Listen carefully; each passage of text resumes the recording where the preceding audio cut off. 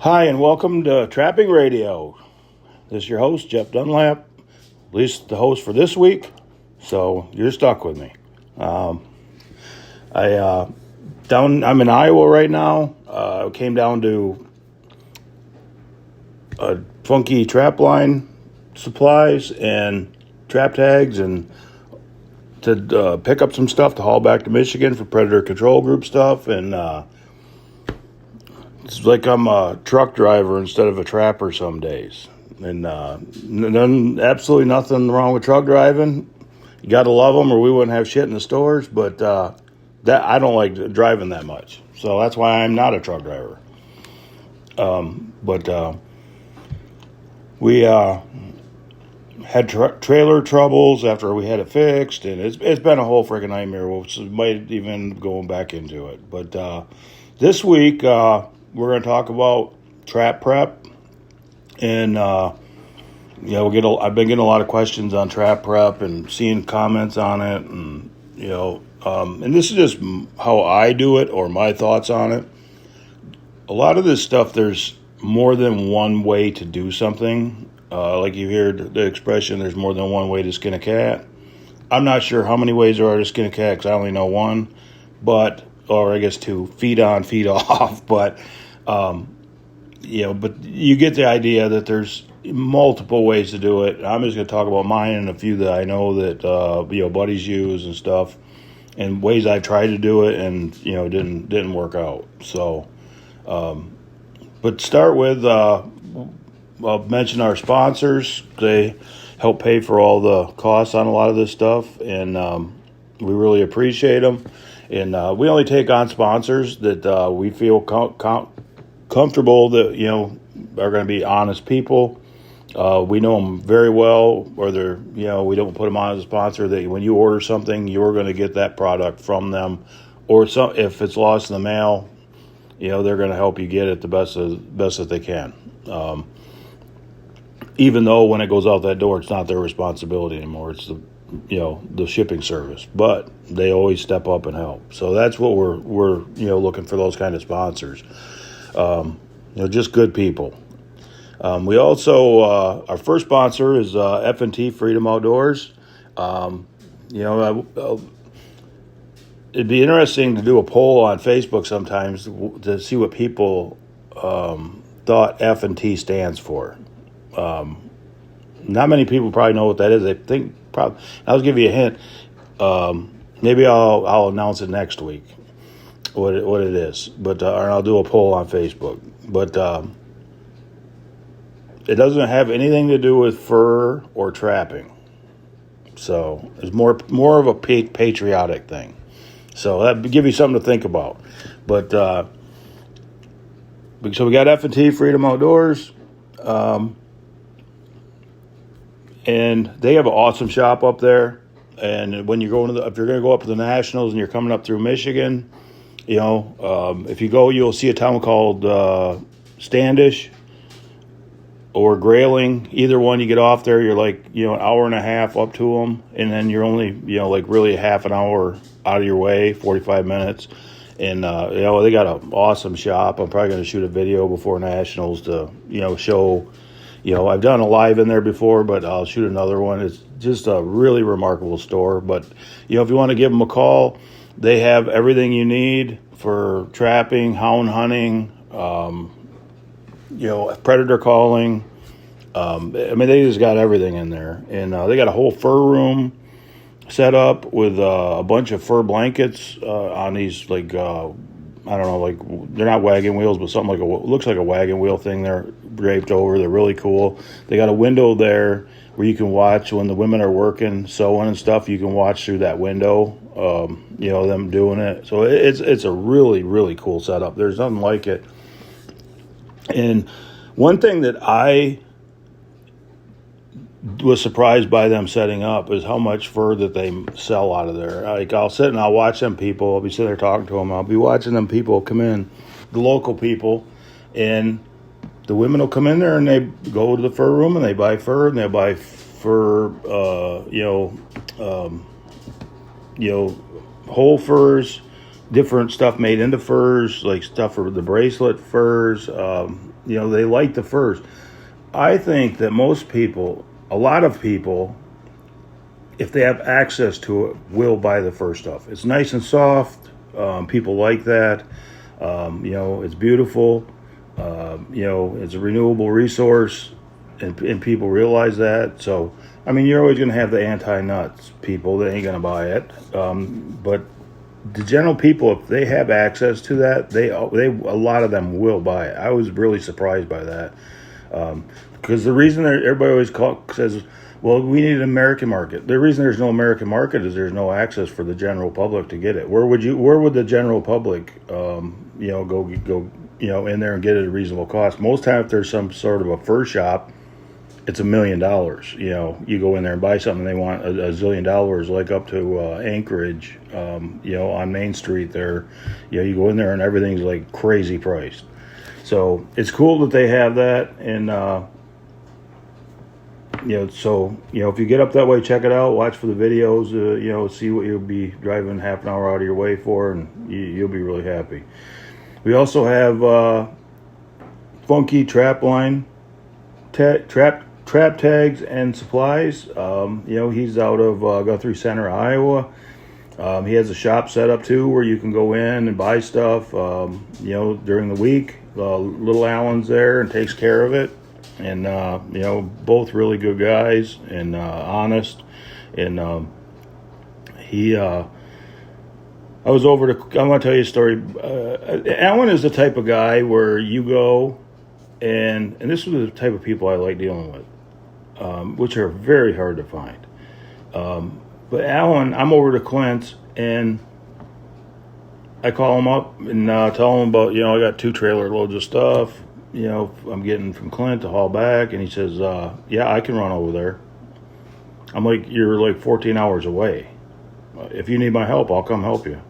He got in his truck and drove all the way over to Knoxville, Tennessee, to haul a load for me of stuff that had nothing to do with him, just because he's a friend. Is the type of guy that Alan Sayers is. And it's like I come down here, had trailer problems coming to his place. My tire, one thing is the shackle broke. Alan fixed it for me. And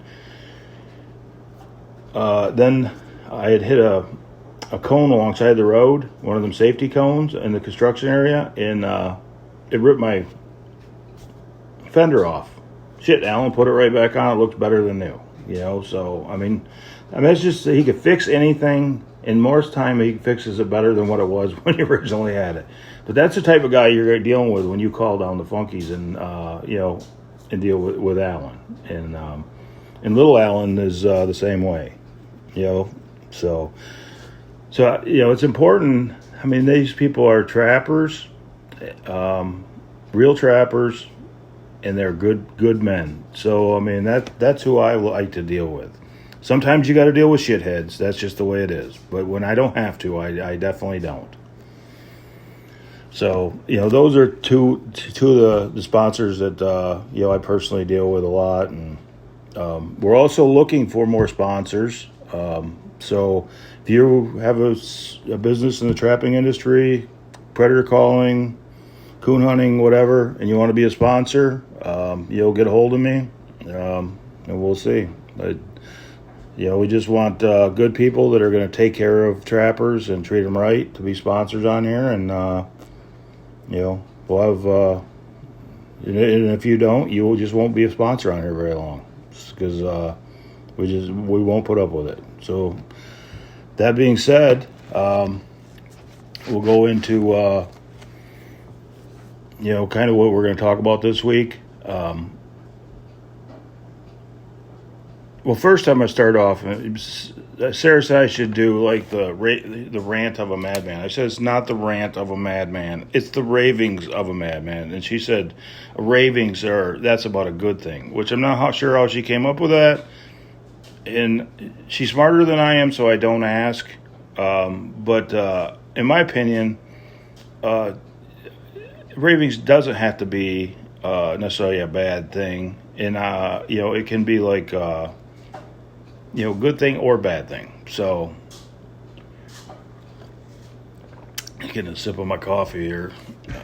I so I just I'm trying to do this as delicately as possible because I'm basically trying to what I'm trying to going to tell you not to do. I'm trying not to do myself. So nothing is meant to be anything other than positive. It's like with the NTA election that's going on now, it's been pretty divisive back and forth, and some of the people are on one side, some are on the other. Whoever you vote for, you vote for. You've already made up your mind. There's nothing I'm going to say or anybody else going to say probably that is going to change your mind. It's going to be what it's going to be. But the thing is what's too bad is that we got to be at each other's throat and become almost like people are enemies over this. I could see like the main people running the shit said about them, and they hate that, and I could see them, but the rest of us. I mean, when it's all said and done in another 2 weeks or whatever it is, I mean, we still got anti-trappers out there. I'm, every day attacked by them, and I'm reminded that they're out there, that they don't want to see anything. I put up a video of a bear killing a deer. No human involved other than talking, but it wasn't like a human shot anything, killed anything, had anything to do with any of this. And them antis attacked that video so much that Facebook took it down, and then got me, I don't know, not banned on Facebook and on that account, but damn near. So the thing is it doesn't matter to the antis that we are trapping or not trapping. They don't want it going on. They don't want it going on. They don't want to see stuff. They don't want the bear killing the deer. And if it does, they don't want to see it. They are emotional beings, ruled by emotions. And yeah, I mean, who wants the deer killed by the bear? And, that ain't my thing to have something chewed to death. But it is what happens out in nature. It isn't where you go and have the butcher do your kill, or the slaughterhouse do your killing, and then they take it to the butcher shop and you get your piece of meat that was as they think never alive. You're just having your killing done for you. Where we we'll either kill or we'll kill our own stuff. I mean, they don't let you do it at McDonald's, which I think is too bad. I mean, who wouldn't want to go in there and kill a bunch of kangaroos? So anyways, they don't want you to do it. They don't want us trapping. They're 100% against it. You're never going to bring them around to what we think. I mean, can they bring you around to what they think? No. You can't do it the other way either. There's people in the middle you can sway, but so the point being, we can't all end up divided no matter who wins the election. We have to stick together. And do I think that some of the associations, the state associations getting involved in all this, are making the situation worse? I absolutely do. Because you're trying to grow your association. I know that they think that their job is to put on these meetings and do this and that. They don't have to go to these meetings like up to the UP. They have Skype. $billion companies are running their thing on Skype. Their job is not to, I don't donate money to them or pay them or product to put on the national convention or a state convention or anything else. I pay separate money for that, for tables and stuff like that. But when I'm donating it, what I'm giving them that money for, and their only job is to protect trapping in the state of Michigan or whatever state they're in, or on a national level, or come into the assistance for the state levels. That's it. That's really their only job. Not all this side crap. And my thing is, it's like one association gave $4,000 to one of the candidates. Another one gave him 1,000. And you notice I'm not mentioning the names. I don't care who they gave it to, which side, or if they did it again next year. I don't think you should be donating $4,000 to some candidate that people donated. My question is, if you felt that led to give $4,000 to one of the candidates, how much did you give of your own damn money? Did you donate? Did you match that? Donate $4,000? I mean, if it's that important that you're protecting trapping, like you say, I mean, why don't you donate? Why don't you donate $4,000 of your own money? Not the associations. So, the thing is, I just don't agree with it. I don't agree with giving that money out to anybody but an attorney or somebody where we're fighting for the rights of trapping. That's the only way. Because I feel that either man that wins, do I have differences with both of them? Yeah. You know why? Because I'm human and they're human, and they have thoughts and I have thoughts, and we all have thoughts, and everybody is not going to match up 100%. It's just the way it is. Nobody gets along all the time. So, do I think that either one of them men that are elected will do everything in their power to protect trapping to the best of their ability? I absolutely do. So on that, which is the only job they really have to do, I don't see we're taking $4,000 out of the kitty and giving it to the person to send out letters, how that's benefiting trapping. I just don't see it. Giving it to the post office. I don't see it. And it doesn't matter if you gave it to the other guy or gave it to 10 other people. I don't care. It's the point of the matter. So the only thing is, we cannot become enemies over this. I've made up my mind. A lot of the people that did that, I really respect them, and I really do like them. I think they're good people. I just don't agree with them. But I made up my mind I'm not being enemies over this. And, because when it's all said and done, we need each other. There's not, the NRA has millions of members. We don't have that. In any association, all added together. So, it's important that we stick together. And when this is all said and done, come together like the country has never been able to do with any president that we've elected in the last how many years. It's always divisive, back and forth, back and forth. It's been like that since John got elected. The other side isn't happy he's in there.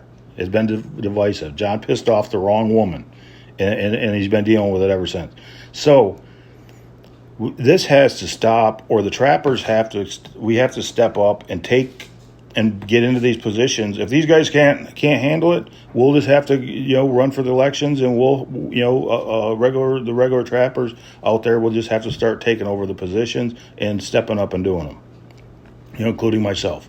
So if they can't get past it, because we've allowed this stuff to go on in Washington, D.C. and at the state levels, and and look at its turmoil there. If we all could get on the same page, and we all aren't going to get along all the time, we're going to have fights. But if we all get where we're headed, at least in the same direction, fight each other a little bit on the sides, but keep heading in the same direction, there's nothing we really can't do. I mean, we're powerful all together. But like this, we're not powerful. And is it any one person's fault? No. So, I know everybody's not always going to get along. There's money involved. There's what people think they have power when they're in these groups, but I don't see what power you have. But they think it's like power or recognition or something, and but it isn't. If everybody in the world knows who you are, or every trapper in the world knows who you are, nobody knows who you are. We're a small group. We're just all the same.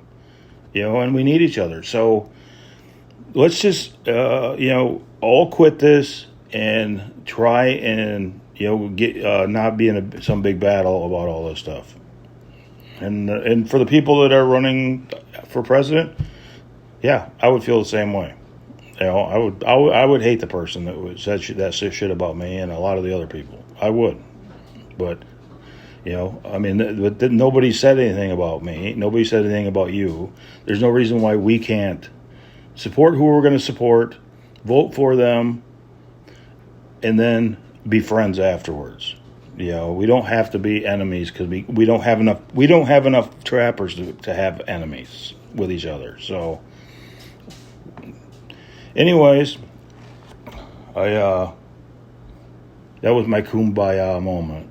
Normally, I'm all fire and brimstone on let's destroy the other side, but there is no other side to destroy because they're want the same thing we want.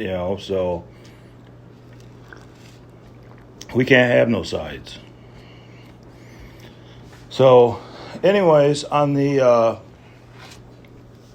trap prep, and one other thing is, join your local association.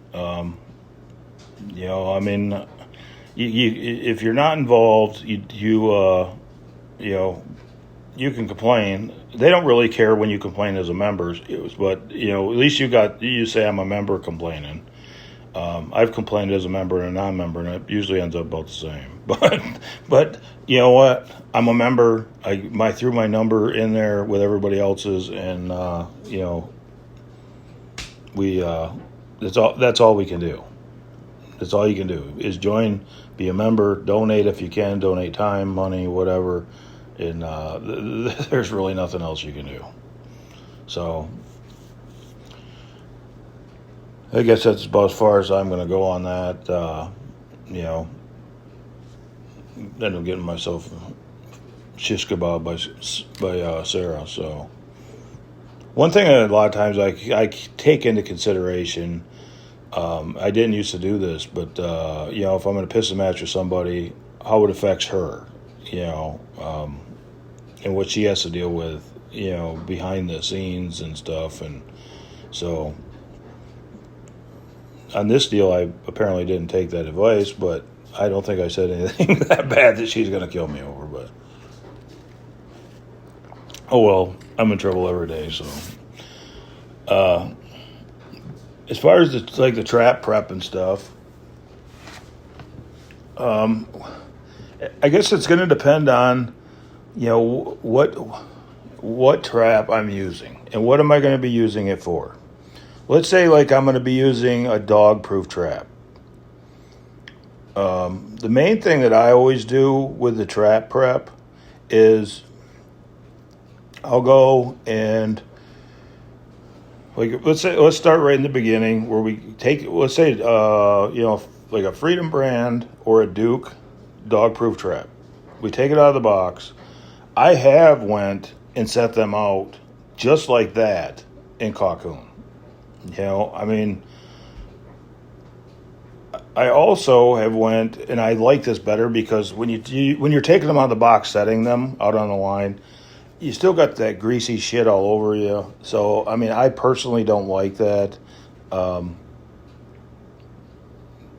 So what I do is I'll take them traps out of the box. I'll put them in a 5-gallon bucket. And I got videos of this, videos of doing this on YouTube somewheres. But I'll take a 5-gallon bucket. I'll take the DPs or whatever trap, put them in the bucket. I'll take 1 gallon of the white cleaning vinegar. They got 5%. That'll work fine. I usually try and find the 6% because it's about the same price. It's got a little bit more higher acidity in it. I dump it in there. Then when I put the whole gallon in, fill the bucket up with water, just hose water or whatever, and I'll let it sit. Usually you come out there the next day and you'll see it bubbling. You'll know it's working. But you want that water all the way covering the traps. Some bigger traps you'd have to use 2 buckets.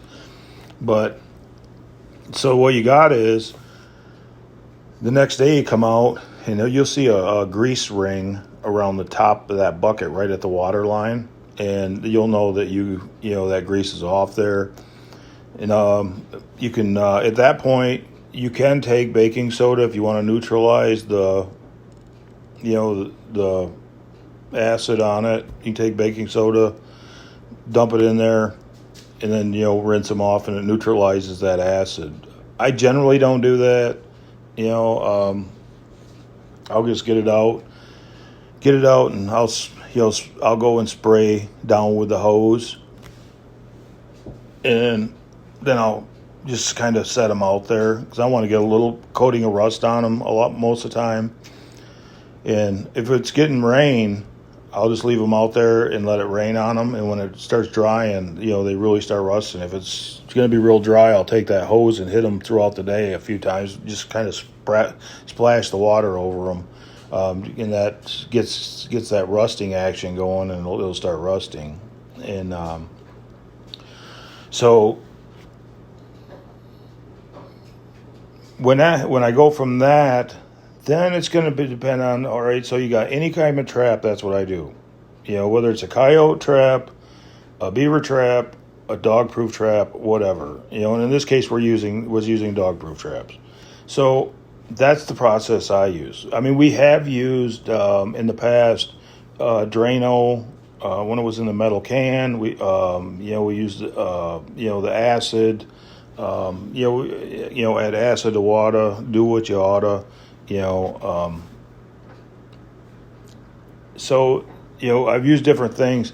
This is the safest where I don't feel like I'm going to be burning all my clothes up or blowing myself up. So, or blinding myself. So, it works great and just safer.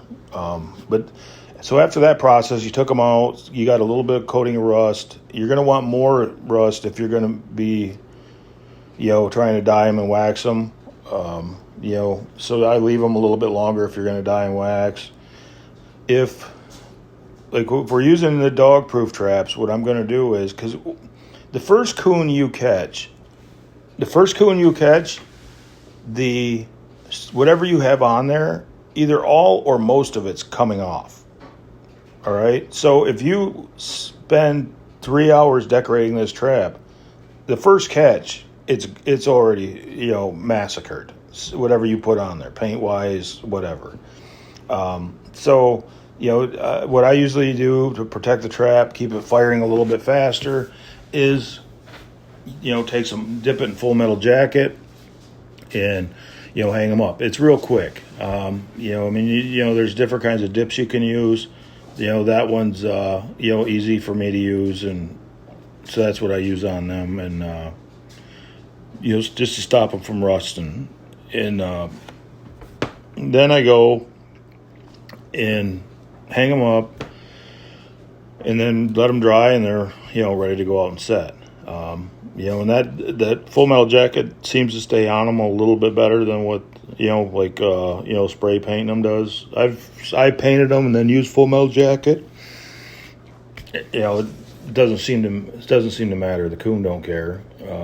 And basically when you're waxing your trap or any of that, what you're doing is you're protecting your investment. That's what you're doing. You're keeping it from rusting away into either nothing or just junk. That's and it'll keep your trap firing faster. If it's clean. If you take a rusty trap and set it, a real rusty one, and then fire it, and then you do the same thing with well taken care of trap, you will see a difference in the reaction of that trap. The firing and everything else. So that's why I do it. I think a lot of times people think it's for scent control and this and that, but in the end, that's why you're doing it. The dyeing, you're doing that for to give that coating on that trap, also to protect your investment, and that it takes a lot of that the junk off of it and coats it, and and also for the coloring.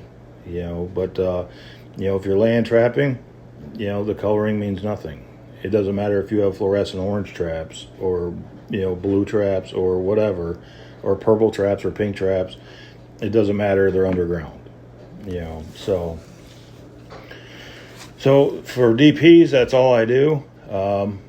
For coyote trapping, I have done it many different ways. I still like to use logwood dye, and wax. You take the logwood dye, put it in there, get it boiling, you got your rusted traps where, like these new ones we're talking about, a lot of times it's not even worth putting them doing the dye because they won't take on that first dip. What you got to do is a lot of times the first year, like if you get new traps and you're going to dye and wax, you don't even worry about dyeing them. You just put them in the wax and wax them, and that'll be good enough. You're protecting an investment, keeping it off of them. And one thing with the waxing that went back to, was in the old days when they used a lot of salt on the traps. In the wintertime, they would salt them because of that salt eats up them traps. So if you salted your traps, they weren't like all rusted together in the springtime. So covering that, part of it on the waxing and stuff like that. Also, there's different methods you can use. It's like, for your land traps or water traps is, and there's different things you can do for both, and some are effective, some aren't. It's like Full Metal Jacket, I'm not going to use on my water traps because it'll bubble up, turn white. So, I'm just using that on my land traps. But, it's like speed dip. I've used speed dip quite a bit years ago. I don't use it anymore because the gas doesn't seem to cut it the way that it used to. I know you can get, different types of higher octane gas. And, I've had too many bad experiences with it. So I don't use speed dip anymore. There's always like a smell to it I can't get off. So I mostly used it for water trapping. And it was when I could get it to cut right, they were really good for the traps. I've went and used for land traps and water traps. Used oil-based paints. They have different colors. I've got John Deere green. I've got brown, and whatever happened to trip my trigger at the time. And I just, you cut it with, paint thinner. I've cut it 50-50 before. I've cut it, 2 gallons of paint to 1 gallon of paint thinner, so half gallon of paint thinner to a gallon, which is a little thick. Because you want to make sure if you're doing any of that dipping, you got it right because it'll gum up your pans and all that stuff, and you don't want it to gum up. Because I did a bunch of muskrat traps, 1.5 Duke and Victor one time, and that was a real pain in the ass. Where that paint set up over the summer. I did them in the spring, and it set up, and then I couldn't move the the frickin' pans. So I still got some of them that are like that, and that's a long time ago I did them. Some of them I busted loose, and, thinking back on that, what an idiot. So, you want to test a couple traps when you get started doing this to make sure that you're not going to have the same problem, because it's a pain in the ass. Especially, I had lots of traps. If you only had a dozen traps, and you put yourself right out of commission for a little bit anyways. That's the other thing is if you've been using something, anything in the trapping, I wouldn't switch over to anything. Somebody told me start using, let's say logwood dye. And I had been using something else with success, but I thought it'd be a little bit easier. I wouldn't switch everything over. I would do a couple traps like that and then try it and see how I liked it. Because you're making a full commitment on something you don't even know nothing about. By doing all your traps. I mean, even buying new traps, I never go out and sell all my ones and buy, new alphas because of the fact, that I like the looks of them or whatever. I'll buy a dozen or 2 dozen and try them on my line, but I'm not going to, switch all the way over until I've tried them. I want to see that there's not going to be any problems. Any more than normal. There's always going to be problems. So... That being said, I don't use the speed dip too much anymore. You got quite a few different products. I like the Snare one from New Sterling. Because you can dip the stuff today, hang it up, let it dry. Initially it needs multiple coats. Quick, if I did it now, I'd wait half an hour, it'd be dry, dip it again, and then, get it. I can't remember. I think it's the brown. It has like a green tint to it, and I really like that look on the traps. Does it make a difference, on most of the traps? No. But I like it. It looks cool in the back of the truck. Nobody else is seeing it except for me, Sarah, Jeff Haggerty, or Nick Ernie, or somebody like that. So, it's only me that thinks it's cool. But, I do like that Snare one. It's gotten really pricey, but sometimes if you want something good, you got to pay for it. They got the Dakota Line dip, and other ones like that. And, I've used Dakota Line dip, like if I was lazy and didn't get the shit done in the spring, and then we started rusting throughout the summer, and I just want to do something quick, I would do that. And, because I've used it before and it scratches off real easily, it is a very good quick fix, but it's not going to take the abuse like Snare 1, in my opinion. Other people might have different opinion. That's just mine. That's been my experience, that it scratches off real easily. But that being said, where something touches it, it'll scratch off. It isn't necessarily where all of it's gone. Most of your trap is still protected. So it's doing what it was designed to do. It's chips off more than I like. But, either one of them, is real good, for water trapping, and it's a quick thing. I use spray paint. I've put the traps down on the ground and have one over the top of it. I'm spraying so that all the residue hits down below it. Then just hang them up, and they cure out real, pretty quick. Water trapping, as soon as they're dry, you can go set them water trapping. Land trapping, I've done it and caught stuff within 3 days, but that was not usually what I do. I want to do it in the spring, give it months to cure out, I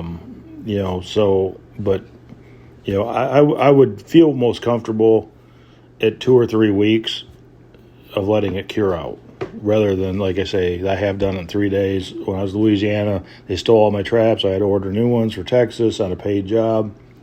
I had no choice. I had to do something, and and it worked.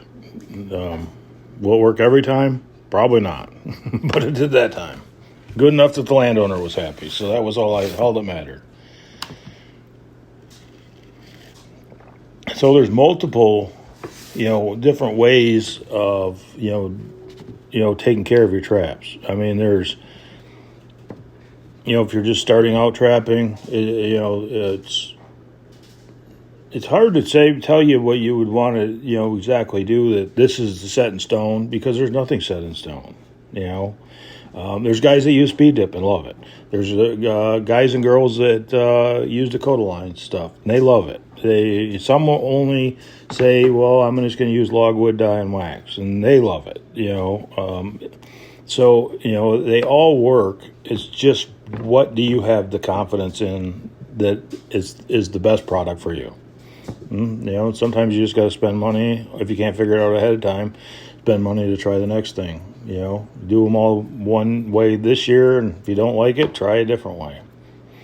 Gather more information. But it's like using the Snare 1. You just mix equal. It's simple. You just mix, and I think Dakota Line's the same way, where you take the lid off of the gallon, dump it in the thing, I put it in a 5-gallon bucket, and then you put a gallon of water right on top, and then mix the shit out of it. So, it's pretty user friendly, and easy to use. But then what I don't do, especially like with let's say Full Metal Jacket, because there's a chemical smell when you pull them out on a lot of these, so what you want to do is all these different ways with Full Metal Jacket or any of them is, hang them up, let them air out, and especially if you're painting them, and just let them air out outside. If you throw like Full Metal Jacket traps in a box and then put the lid down, when you open that, it's still going to have that chemical smell months later. It has to be where you let it air out. The other thing is if you just dye your traps, if you go out and just say, well, you know what, I'm just going to dye my traps.